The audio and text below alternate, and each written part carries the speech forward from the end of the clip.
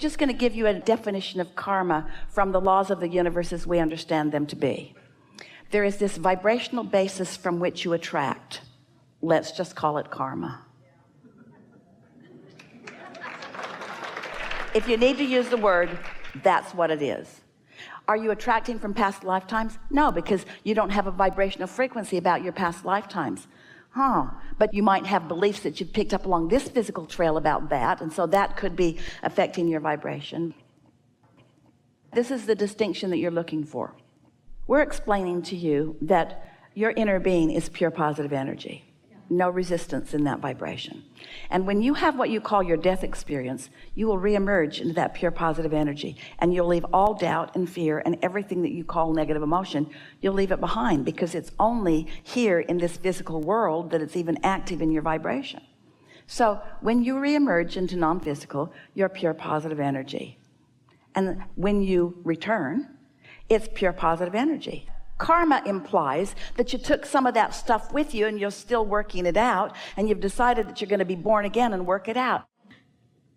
Absolutely not. You left that bad attitude with your dead body. And you reemerged into pure positive energy, and it's from that stance that you returned. There's this kind of karma. I am the creator of my own experience, and I've known this from the beginning of my beingness. And I eagerly stand sometimes in a non-physical stance where I intend to come into the physical experience to explore and become more. There's that, if you want to call it intentionality. You can't get it done, and you can't get it wrong. And so how could there be that? What that is, that's an explanation that came from people who were not under the influence of source when they cooked it up. It's the same way that a lot of you feel. It's easy to understand when you want more than anything for life to go well for you, and it isn't going well. So you stand in that state of confusion. Why isn't life going better for me? And then you make stuff up to explain it. Well, I must be bad, or I must have been born under the wrong star, or I must have been really bad in a past life, or it's my mother's fault. You make up so many things. And the reason in any point in time that things aren't going well for you is because you're focused in opposition to what you want. You've got active in your vibrational frequency, active vibration about what you don't want, so you're attracting what you don't want instead of what you do want. That's all that it is, you see. Let's say that there's a student in school, and this student does really well a lot of the time, but for whatever reason, he's off on the wrong foot this day and not feeling good. And so he makes a choice that isn't a good choice. Then parents or teachers want to hold him to that. And all it was just a disconnection in the moment, but they make more of it by now giving him this mark or this label or this expectation, you see. And these negative expectations, this is what we want you to hear about however it is you're approaching karma. Negative expectations are never carried on by non-physical or by your inner being.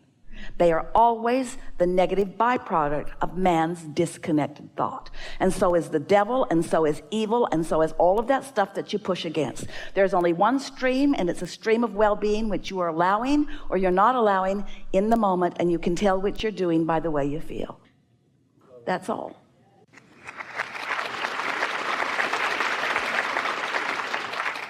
You are a pure positive energy being. You see, as humans, you've gotten so used to categorizing each other and putting each other in different levels and hoping that you're in the right level, but worrying about everybody else who surely can't be. And then you want to assign some arbitrator the responsibility of judging you and defining you and giving you these blessings and these benefits or these curses and these condemnations. And all of that is man's mixed up approach to life.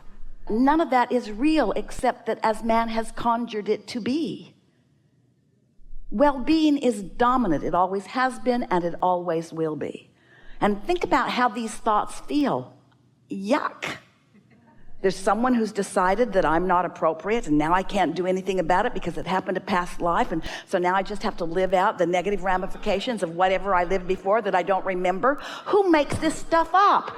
We'll tell you who makes it up. People who are unhappy while they're making it up. People who are not tuned in, tapped in, turned on. That's who's making that up. But you can't all of a sudden take everything that you've believed and just believe differently suddenly. But here's what we wish for you. We want you to feel the wholeness of who you are. We want you to allow the love that your inner being feels for you to be something that you reach for and find often. Because after a little while, as you begin deliberately calibrating yourself to the vibration of source, and the well-being is raining down around you like it always is, but you're letting more of it in, what begins to happen is you begin to feel so blessed that you know for sure by your own positive point of attraction and letting it in, that that stuff that you've been hearing about all those other things cannot possibly be true. You just feel the absolute blessedness of your own beingness and the love that source has for you, and you're returning love to that. And it's not long before you can tell right away how off that is, and how on that is, and how off that is, and how on that is, you see. You are extensions of source energy, and you're in these physical bodies with great reason and with great relish. You've said, I want to be a part of the physical co-creating in this time and space, because there's nothing more delicious than being introduced into a diverse environment that evokes within me lifetimes of desire. And so I chose this time and this place because it's the leading edge where there is more diversity than ever before. I understood from my non-physical vantage point when I decided to leap in. I know from my non-physical perspective that the most leading edge environment is the environment with the most diversity. Whew, did you hear that? Not sameness, but opportunities, choices. So I chose this leading edge time because the leading edge, the furthermost outward reaches of creation, always contain the most asking, the most opportunities, the most diversity. And I jumped in knowing that it was a plethora of variety and choices. I jumped in eagerly, enthusiastic about what would occur to me, how life would touch me, and what it would inspire me to want to know. I understood that at all levels of my being, desire would be stirred up within me. I knew I would be asking for small things and big things, and things that felt easy to me and things that felt hard to me. I knew that I would launch rockets of desire, many of them unconsciously, even at a cellular level, and many of them consciously at an awareness of what life has caused me to ask for. But I wanted the launching of those desires because I understood that step one would be the most natural consequence of me being focused in this leading edge. And I wanted those desires to burn bright within me, knowing full well that many of those desires, as they were launched, I wouldn't have an understanding of how to find them. I wanted them to be within me. I wanted that calling and that asking to be within me. And I wanted it to be substantially enough, and often enough within me that when I found a way to soften the resistance, that I would recognize the relief of it. I wanted the diversity because most of all, I wanted to introduce to myself once again in a even more leading edge way. I wanted to understand my guidance system, because while I'm leaping in to this physical experience, I understand I'm not going to remember the environment from which I leapt. I know that the existence of my inner being still exists, but I'm not going to have recognition of that because I can't be asking the question and receiving the answer at the same time. Sound familiar? And I wanted to be a strong asker for more right from the beginning of my life experience in this physical body.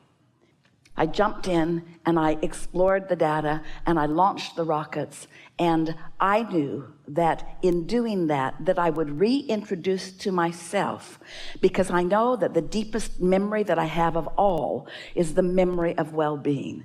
I knew that with just a little bit of diversion from the pure positive energy from which I came, that I would recognize that somehow something was off in that. And I knew that when I knew that something was off, I would be asking for something to be right. I knew that I would be asking for the improvement, and I knew it would be a natural thing. I knew I didn't need a teacher. I didn't need someone to point it out. I knew that my own life experience, my exposure to the perfection of the diversity in this environment would bring forth from me asking that would take me beyond that which it had ever been before. And further, I knew that I would remember my guidance system, because innately we all know that good feels good and something that isn't as good does not feel as good. I was so eager about reintroducing myself to my guidance system, because without conscious awareness of my guidance system, I knew that I wouldn't know which end was up. I knew that there would be lots of factions and lots of beliefs and lots of people pulling this way and that. And I knew that my happiness could only be when I was really true to who I am, because I know most of all that I am a continuous being. I know that I'm an eternal being, that I'm looking for more exposure to more life, to go beyond that which I've been before. And I knew that I would be in an environment where there would be billions of others who are doing the same thing. And I knew that it would be life-giving. Most of all, I knew that it would be exciting. I knew that it would be delicious. I knew that it would be a pleasurable experience.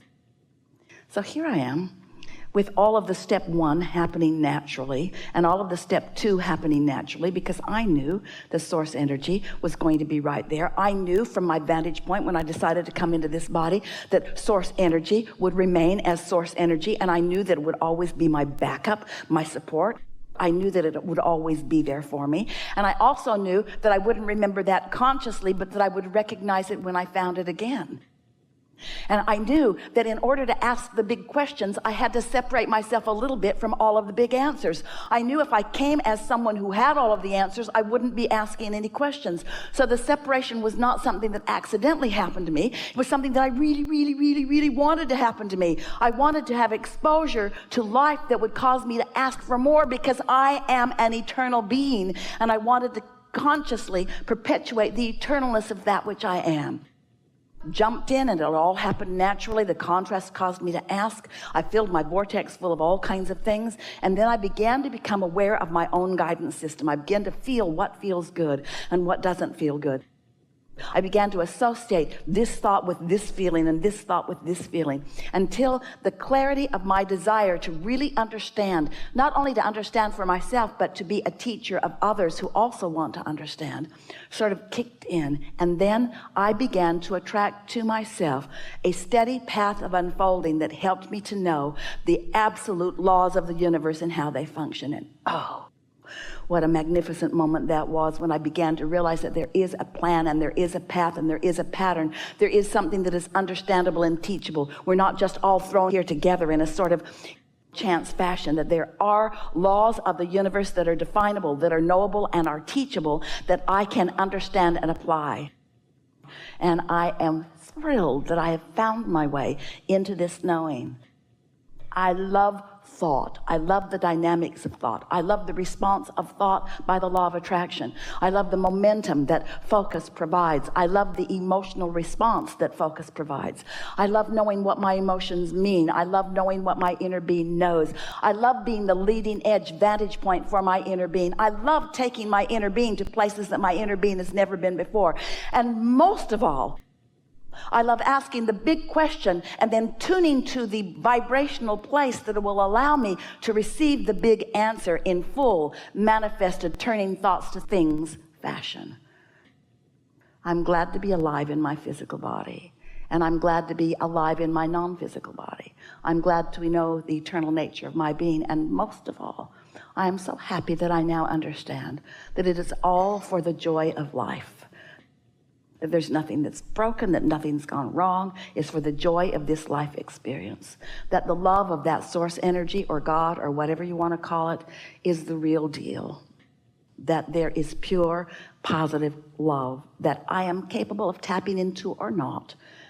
And that God who always loves me does not condemn me when I choose not to tap into it.